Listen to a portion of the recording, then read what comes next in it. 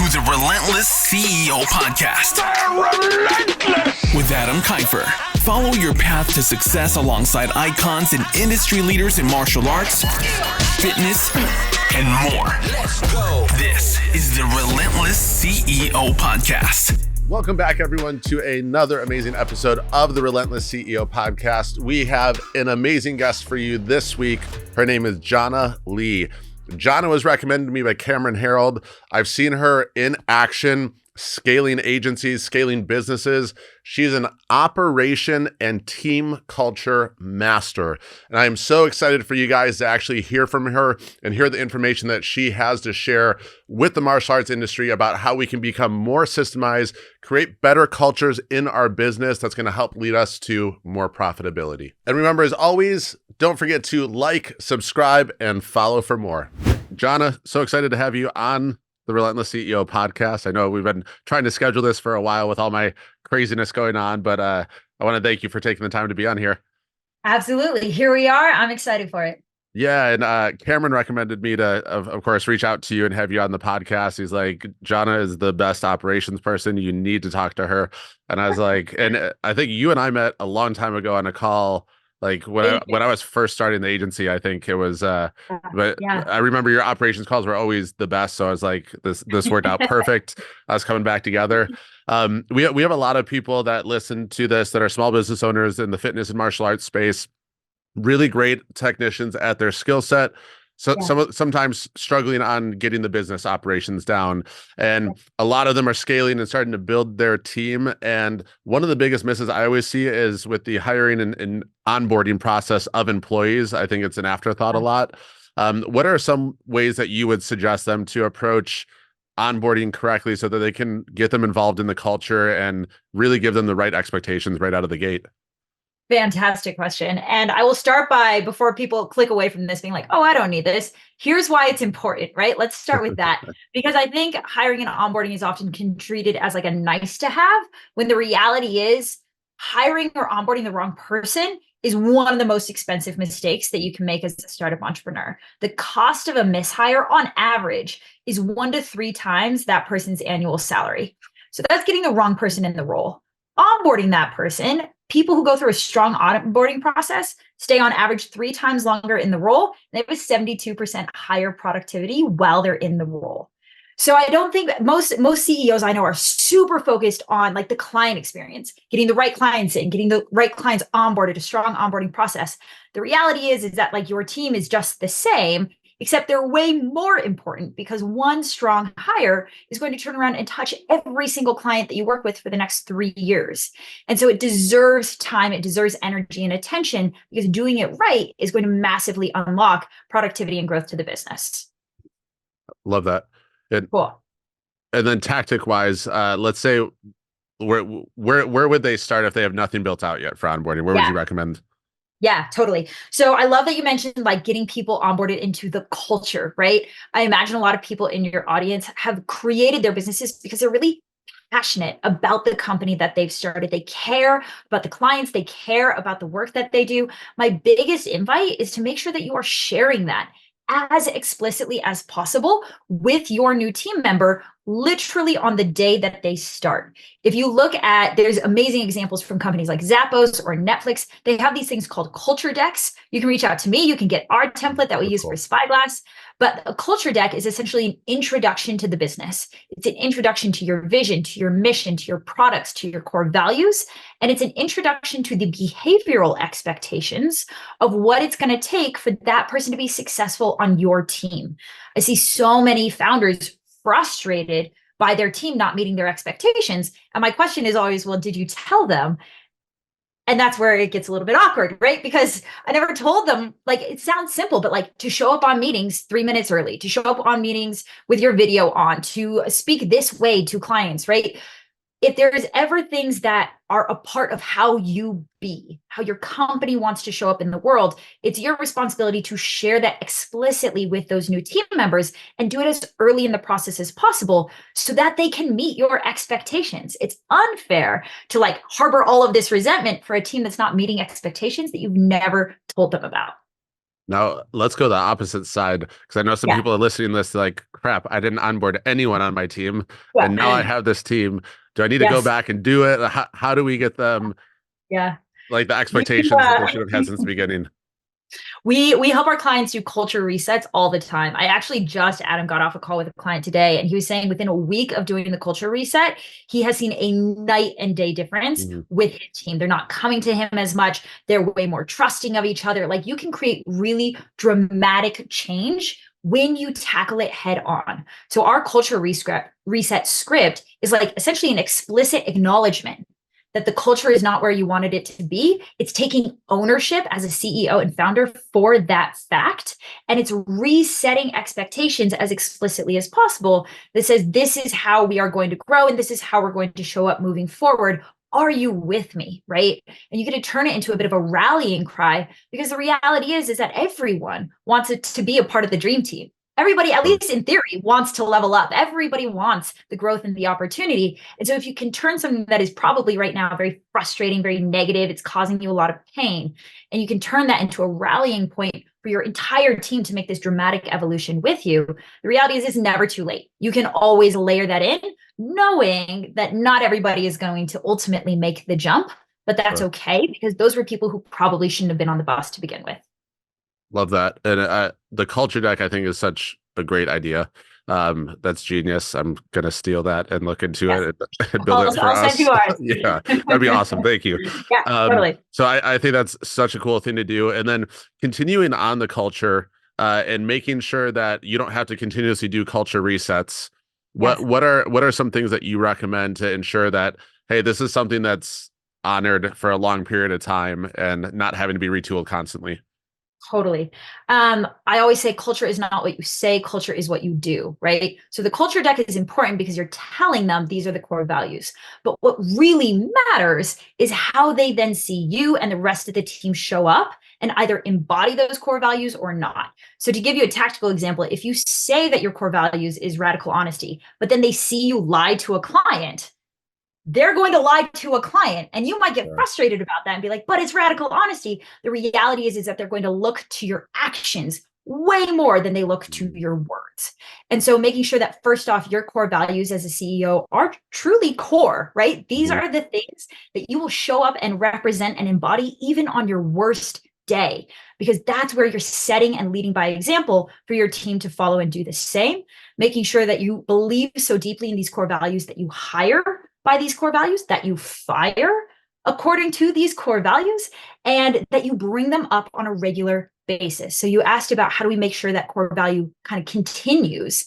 A tactical example is that every single week on my team huddle, I ask my team for what we call spyglassing moments. How did you show up and embody the spyglass mission and vision, or how did you embody the core values? And we take 15 minutes every single week to share individually. Here's how I played like a nerd. Here's how I competed with my own potential. They're using the language of the core values. And then if you're really good, what you hear is that outside of those meetings, people will start to use those core values. They'll start to use the language because it's sunk into their subconscious. And now that's just how they think. I love that. Yeah, we do something similar where at the start of the meeting, everyone will recognize one other person that they saw exemplifying core values, and we do like a monthly raffle at the end for the person that did the best job. But I love what you did as well, because I think it's good to have them reflect on their own actions and hey, how did I show up or how didn't I show up? That's great. Totally. And I think it also comes down to what you as a manager reward or disincentivize, right? I will call someone out of the blue on Slack if they embody the core values. I will actively disincentivize. I will call someone out just as hard if they miss on the core values, and I'll turn it into a teachable and learning moment, right? So we are what we do. We are what we reward. Make sure that your actions are in alignment with the core values that you want to see. Now, question for you, because I see a lot of the people that we coach and just people that we coach over time, very good implementing at the beginning and then falls off over time because they're entrepreneurs. They just get caught up in other stuff. So with things like being able to keep top of mind to recognize people for those strong core values, any systems that you feel like are needed to assist people in actually being consistent with that? Yeah, I think if it's something that you're wrestling with, systems is the perfect word for it, right? You can build accountability and reminders into your day to day. So having the agenda in the team huddle, where 15 minutes is always carved out for team wins. I know many people do like a gratitude journal. Okay, well, how can you have one of those items always be about somebody on your team? And then how can you copy and paste that into a Slack appreciation message, right? So you can set little reminders throughout your day to day habits that are outward facing, that are team facing. And you can remind yourself, because the reality is you're probably thinking nice things about your team all the time, right? Like, oh man, that person did something amazing. We're just not taking the time to tell them that. And so every time something goes well, every time something goes wrong, it's an opportunity for you to double down on your culture. If something goes wrong, how is that a misalignment with our core values? How can we learn from it? And how can we double down next time, right? If something goes right, how can we reward it? So if you're processing the day-to-day of your business as that, it's data and it's an opportunity, then it becomes way easier. Like then you're overwhelmed with all the various times over the course of the day that you could call someone out for their core value embodiment. I love that. And I think my experience with the business owners we work with, they do a much better job at the praising the core values. But then when it comes time to have the hard conversation, when someone goes against it, that's where I think they either just are not confident because they haven't had enough hard conversations to be confident in it, or they just maybe haven't had good outcomes in the past. So when you have to address a team member that's going against those core values, what are some of the ways you found that are the best to approach that? Yeah, it's a great question. And we take it super seriously because, again, your team is watching your actions. So it's all well and good when everything is well and good to say these are our core values. But if somebody breaks that or breaks with that, how you respond is going to teach your team, okay, are these actually our core values? When push comes to shove, do they actually matter? Does our CEO actually stand by them or not? And if you don't have a really active response to it, what you're showing your team with your actions is that these core values are breakable, right? They're nice to have. They're not deal breakers. It's all right. We can be lenient. And then you lose the whole power of the core values and you're working so hard to put them in place to begin with. So I would recommend, first off, if it's some sort of like kind of reprimand situation, always handling that in private. Nobody likes public shame. But once you've taken care of that in private and you're back on track with that person, get their permission to share the story with the team. If they're okay with it, and if there's a less sensitive way of telling that story, how many bad stories are in the Bible? So many. We learn through storytelling. We learn through other people's mistakes.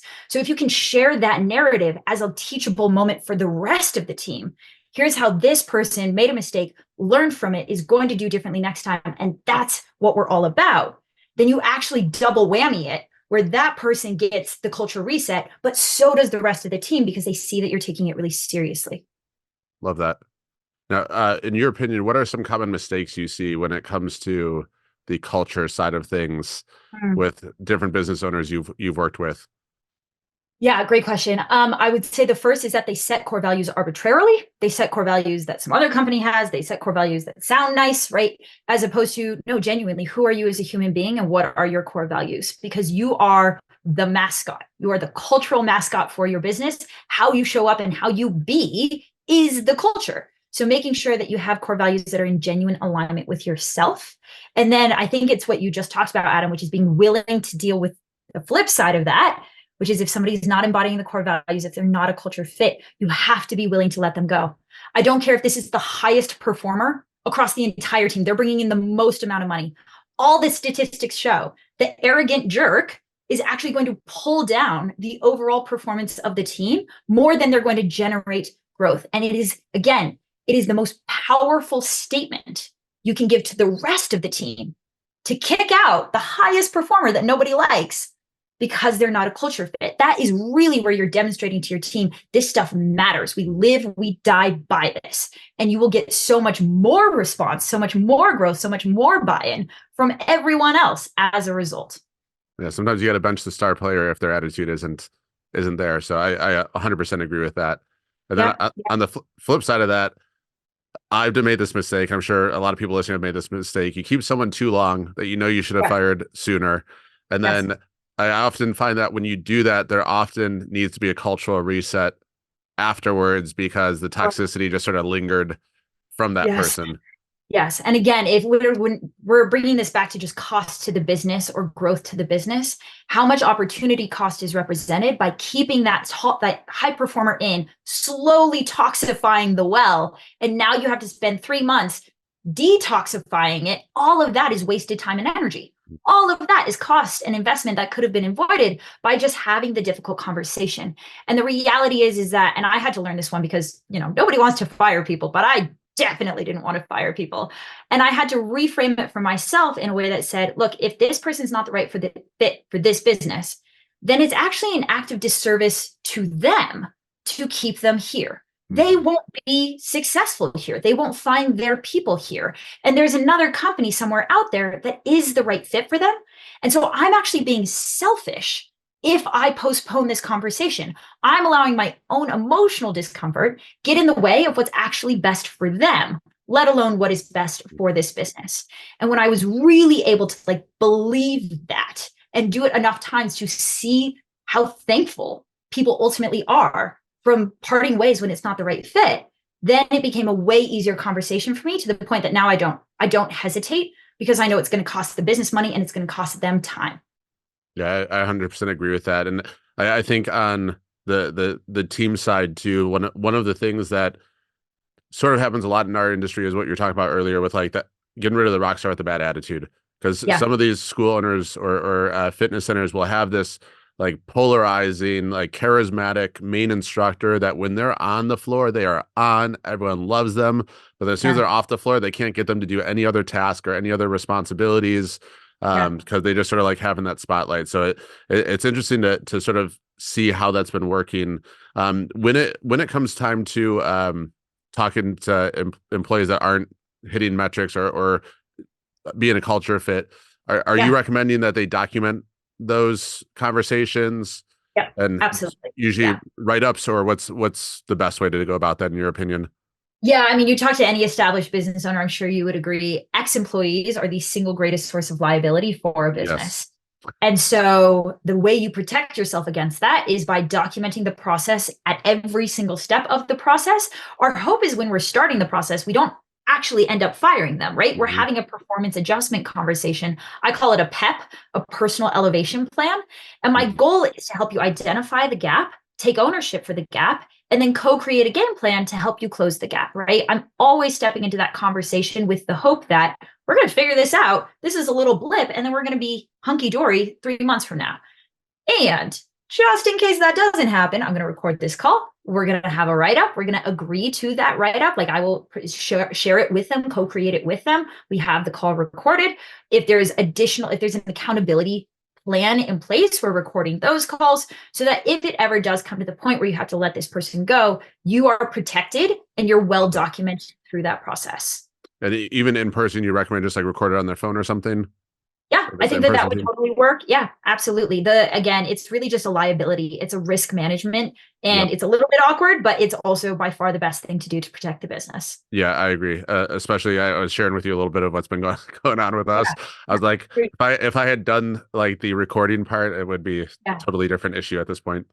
People get mad. That's the thing. It's a highly unstable moment in time to fire somebody. Emotions run really high. People get really angry, really defensive. Sure. The goal is that if you've done this process correctly from the beginning, that short of some major core value violation or unethical behavior or something like that, they've seen this coming, right? Yep. Because you've had however many conversations with them already, letting them know that there's a gap, trying to co-create a solution to help them close the gap. If they haven't closed the gap, they know that just as well as you do. It shouldn't be a surprise to anybody.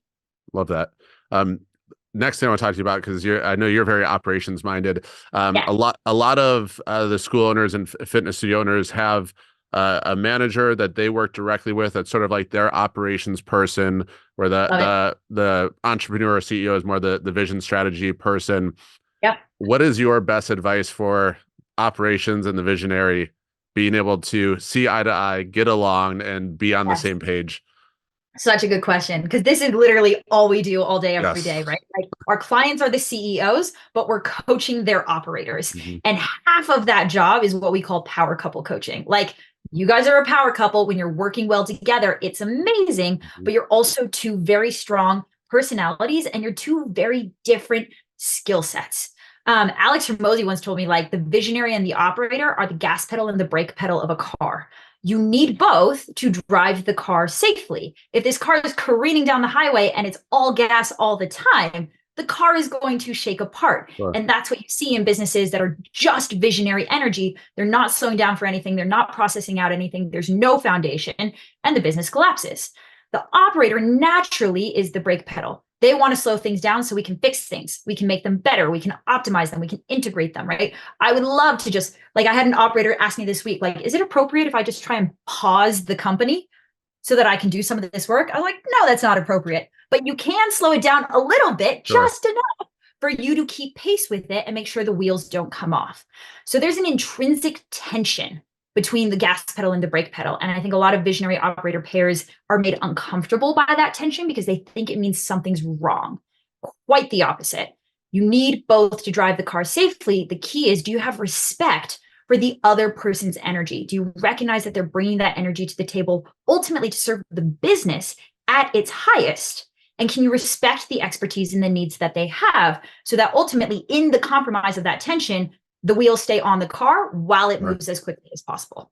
Yeah, absolutely love that. And one thing, do you recommend having them do like a weekly meeting where they get out of the office together? Or like one of the things that I found with our COO is some of our most productive conversations is when we just go grab lunch and a glass of wine and just like talk there. When we're in the office, there's always things coming up. Yeah, absolutely. I think especially if you find yourself getting really dragged into the nitty-gritty of the day-to-day and you need to just connect with that person on a strategic level, a change of scene can be absolutely huge. Go for a walk, go for a hike, go to lunch, whatever works for you guys in a remote setting. Like I've got a leadership intensive coming up. I'm putting a budget aside for everybody in all the places in the world that we are to change their location. Go to a coffee shop, go to a co-working space, just switch it up so that you can be in a different stage of mind when we're having this conversation. So absolutely, absolutely, you should be talking to your second in command at least on a weekly basis, one-to-one, and then you're going to be talking to them through other meetings and that kind of thing. And you want to make sure that more than anything, you guys are aligned. You're aligned on what the priorities for the week are. You're aligned on what challenges are standing in each other's way. You're aligned on what that person needs from you and how you need to show up differently to the relationship because something you're doing is pissing them off, right? To have an opportunity to have that conversation consistently allows for the relationship to get stronger and stronger and stronger. Not having that conversation consistently starts to seed resentment and tension and misalignment and all of the things that can ultimately erode trust, respect, and the foundation of the relationship. Yeah, I absolutely love how you described that. When we had Cameron on, we were talking to him about something similar. He's like, you and your number two, you guys are a couple. Like you're treated like a marriage in a sense. Like if you're not communicating, there's gonna be problems arising and all that. And it's funny. One of my private coaching clients, I was talking to him and his number two, and they're just not getting along. They're not communicating. And I was like, you guys might actually want to go to like counseling together. Like honestly, where they just teach you guys how to communicate together the right way and the right styles. But I've absolutely done that for clients because it's what's needed, right? This relation, like a family, this relationship is the core of everything. If it's strong, the family is strong. If it breaks apart, the family could literally break apart. I've seen partnerships dissolve between visionaries and operators in a way that literally cost the business. The business did not survive it. So treating that relationship seriously. And one thing I see a lot, Adam, is like, because their second in command is so trusted, so they deprioritize them. Okay, if I'm going to miss any meeting this week, I'm going to miss the meeting with my second in command because they're solid and they've got it. And it's quite the opposite, right? It's like prioritizing a date night when you're parents. It's actually the foundation from which everything else can flow. Agreed. And one thing I want to ask you about, since you're so great at operations and systems, how often do you encourage people to spot check their systems and going? Because one of the things I sort of see is a set it and forget it mentality where they like install the system and then all of a sudden things break like 6 months down the road and they're like, I don't know what's going on. Yeah, totally. I mean, I think this is true for literally every part of the business, but what got you here will not get you there, right? Your systems are the living skeleton of your business. As your business grows, the skeleton needs to grow. It needs to evolve. What I would say is that it's not the CEO's job to be keeping an eye on that. It is the operator, that second in command, their unique lens, their unique gift to say, hey, here's what's coming down the track for the business. Here's how much we want to grow. Okay, well, this, and this are going to break unless I make some adjustments, right? And so your operator at their highest is actually proactively evolving things. They're not waiting for things to break and then fixing them. They're proactively seeing what's coming down the track, and they're shoring up team, systems, whatever is needed to handle the growth right before it hits. Perfect. And do you recommend like a certain cadence for that? Is that something they should be doing daily, weekly, quarterly? The reality is that an operator serving at their highest is spending hours every single week working on the business and not just in it. Yep. Same as the CEO, right? They have a high level strategic lens, and it's their responsibility to be working on the business, looking at it top down, seeing where things could be better, seeing what's coming down the track, making dramatic changes before they cost the business money. And if your operator is buried in the weeds of the company, they're just running around reacting to things, I can promise you, you are getting a fraction of the value out of that person, because 100%. they don't have time to do the strategic thinking, which is really where they could start making your business some money. Yeah, I love that. And I think one of the things that is stopping a lot of CEOs from being more successful is that they're doing all the thinking for the team and not empowering their team to actually think for themselves. And I also think that the team wants to contribute in that way. They want to come up with ideas and really give their feedback to the company. And I think it's so valuable because their perspective is so different from the CEO. 100%. Yeah. And I would say that's more true than anything with your operator. Like when I first became COO and I stepped into that very first business, I felt like I was walking down the boulevard of Las Vegas. It was just neon signs everywhere saying, fix this, that's broken, that's bad, that could be better. And when my CEO was looking at the same exact business, he's like, what are you talking about? Everything's fine, right? Your operator has a fundamentally different lens of the company. They're seeing problems. They're seeing opportunities to correct those problems. You're seeing opportunities to grow and like create amazing growth, but create amazing new problems for your operator to then step in and see and solve, right? It's this beautiful dance, but you have to let the operator do their work, just in the way that your operator's job is to free up your time so that you can also do your highest value work for the business. Yeah, I absolutely love that. The other thing I wanted to ask you about too, when it comes to just sort of team dynamics and that side of things, we're seeing a younger generation coming up, and in the martial arts industry, a lot of their employees are like 16, 17, 18 years old that are like assistants and stuff. And the feedback I hear a lot is, man, these guys just don't care about goals. They don't care about hitting sales numbers or anything like that. And they're not motivated by money. Like, what do I do, Adam? So, and I'm sure you probably experienced this as well with like some of the younger generation. I would love to hear your take on this. Yeah, I'll let you run away with it. Yeah, I think this has always been true, but it is now more true than ever in younger generations, where the reality is money was never actually it. Like if you try and put more money in front of somebody, if you double their salary, they're not going to double their output, right? It's not a one-to-one relationship. Versus, if anybody's interested in this topic or really struggling with this, the book I would recommend is called Drive by Daniel Pink, and he draws a distinction between extrinsic motivators and intrinsic motivators. Extrinsic motivators are things like job title, pay, carrots and sticks, right? These are things you put around your team to either push them towards something or to have them run away from some negative consequence. Versus intrinsic motivators are what pulls somebody forward. Why does your person show up and give 120% versus 80%? It's not because you pay them more. It's because they want to. They want to show up and give you their best. They want to bring the most ideas to the table. They want to work hard. How do you make somebody want to give you their best? That's intrinsic motivation. And he draws 3 essentially core pillars of intrinsic motivation. It's autonomy, mastery, and purpose. And so what I train my operators on is how do we build at a systematic level into like the fabric of the business, systems and processes that support autonomy, mastery, and purpose.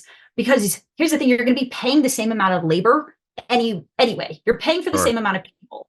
The question is, are you getting 2x the output or 1x the output?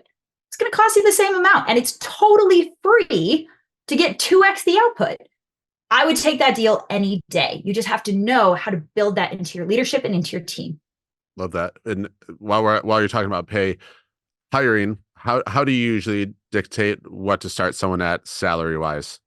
Yeah, yeah. That's so, I mean, obviously it's super dependent on the role. I think Sure. there's a lot of amazing tools out there. You can use things like Glassdoor. You can, if you're in communities like Adams, you're able to tap on other people who have already hired that Yep. person and try to get a sense of the market. But what, we're talking about intrinsic motivators for this new generation. That second core pillar, mastery, that's about growth, right? People want to get better. People Sure. want to do a good job. People want to feel like they're excelling at something. And so my number one best practice with compensation is give somebody room for growth, right? You don't have to pay them the moon and the stars from day one. You just have to give them the roadmap to get there. And that's what's going to unlock that maximum motivation, because now they have something to chase after. Yeah, I think that you hit the nail on the head. That I think that's what's missing for most businesses, is they don't have the roadmap. It's just Yeah. like people feel like Yep. there's a glass ceiling above them because they're never Yep. future casting to their team. And this generation, where it is so easy for them to leave. That's the thing. These new generations, they just don't need us. They could start an True. Etsy store. They could start a YouTube channel. They could go online and work for any business across the entire world. And so I think businesses were kind of lazy. They were counting on people to just stay for 5 years, 10 years, 20 years. That's not the world we live in anymore. Sure. Business owners have to earn the right to the best talent, and they have to earn the right to keep them. And so pouring investment into not paying them more, but creating a roadmap for growth that keeps them in, like, bought in and engaged and excited to grow long term, that is a worthwhile investment of your time as a CEO.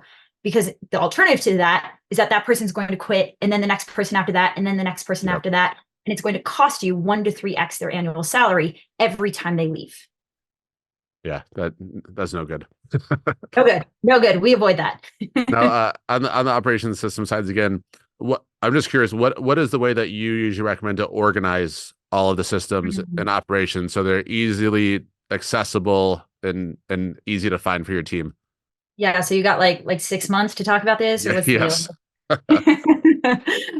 No, okay. So number one system, this is the system I coach my operators to focus on more than any other. I call it the single source of truth. The single source of truth is exactly what it sounds like. It is the one hub, the centralized location where your entire team can come, get the information that they need to do their work, and then go back and do their work. So much of the inefficiencies that I see in businesses is a team that's bogged down by just trying to figure out what the hell is going on. Right? If your team is saying anything along the lines of like, where are we at? What's happening? What happened there? Catch me up. If people are out of the loop and they're just trying to like figure out what balls are in the air, all of that is wasted time and energy. Like, that doesn't need to happen. That's totally unnecessary. And it's preventing your team from actually doing the job that you hired for, the job that's going to drive growth into the business. So you're not only like paying money for them to waste their time doing these things, you're losing money because they're not spending that time actually returning on your investment. And so the single source of truth is where you're housing client information, meeting agendas, major projects that are being worked on, SOPs, tasks, anything that is required for that day-to-day business machine to run. It should be housed in a single place so that instead of bothering anybody else, all of that information is just one click away from whatever your team needs in that moment. So would you encourage, if they could have their CRM house all of the trainings as well? Would that be ideal? Like you mean internal trainings for like team trainings and that kind of thing? Yep. That can absolutely work. Yeah, I think even, let's say SOPs, you're like, oh, but Jhana, the SOP has to be in a Google Doc. Okay, beautiful. Then just have a link to the Google Doc in the single source of truth, right? Got it. Okay. Still one click away, but it's all being brought into a central location so that your teammate isn't having to like scroll through pages and pages of Google Docs. Click up high level, like Google, like exactly. Okay. Like if your team has more than 3 tabs open to get their job done, you're doing something wrong. I love that. Don't look at my tabs on my computer. Yeah, that's right. I'd be embarrassed. Love that though. Yeah, no, I think that's great. I think getting it all in one spot is huge. I know a lot of people still like paper operations books, which is hard as hell to update. I've also heard some people love checklists, some people hate checklists for systems. What is your view on checklists for your teams? I think that, like anything else, SOPs, checklists, systems, processes, hiring, these are all just tools in the tool belt. There's a time and place to use the tool. But that's like you asking me, Adam, like, all right, you're a carpenter, you know hammers. What do you think of hammers? I'm like, yeah, they're awesome, but only when you need a hammer. Yep. You don't have to hammer everything to build a house. And so I see a lot of operators being like, I'm operations, I'm an SOP that, I'm a checklist that, I'm a systemize that. And especially in a startup environment, shit's just moving too fast. Yeah. Like you would waste time building out this SOP because it's only going to change 3 months from now. And so I put a lot of focus into helping my operators rewrite their own beliefs around what a good job looks like, because a good job in startup land is not perfection. It's the good enough. It is the good enough, functional, minimum viable, because we know that that's only going to change again. And any second spent perfecting this is a second wasted, because nobody needs the perfect version of this. Not yet. Focus on the next thing that's probably already broken and you need to go clean that up. Yep. I love that startup mode is good enough. Like, yes, it's just that good is enough. so darn true. Now, question for you: how do you get people to go from startup good enough to hey, we're going on all cylinders. We gotta improve the level of quality now. Yeah, I hear my clients always describe it as like it feels like our business is growing up. Like we were just a little kid kind of bopping around in the box, and now it feels like we have to put on our big kid clothes, right? And this is where we get into things like formal processes and proper documentation and all of these sorts of things. I think, again, the invite to the CEOs listening to this is that it's not your job. You're not responsible for putting that more structured approach to business in place. You are responsible for listening to the advice that your operator brings you, right? So the biggest area that I see this happen is in decision making. When a CEO is young and small, they can just make whatever decisions they want, and like 2 hours later they're executed because it's just me and no one can tell me I can't. And so they keep trying to lead that way once they build a team. Like, oh, I want to jump over here. What if we try this? Yes, I can do that. Yes, let's try it.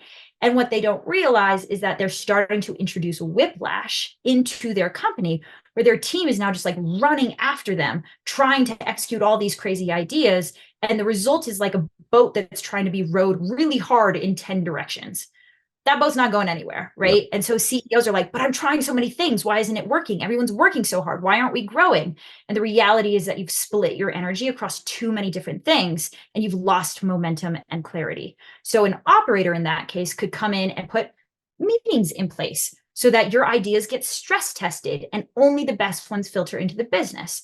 They could put some constraints around priorities and goals and how many priorities and goals we get to have at any given point in time, right? These are the things that help a company grow up. And CEOs naturally are very resistant to that because they're like, what are you doing? Just let me fly, right? And so that's where I think a CEO does have responsibility, is in adhering to the processes and the systems that are ultimately put in place for the good of the business. That was part of my growing up process, honestly. Like I was we'll never be corporate. We'll never be corporate until like everyone just does whatever the hell they want. And then you're like, wait, we need rules. So like, let's bring this back in. We're going corporate.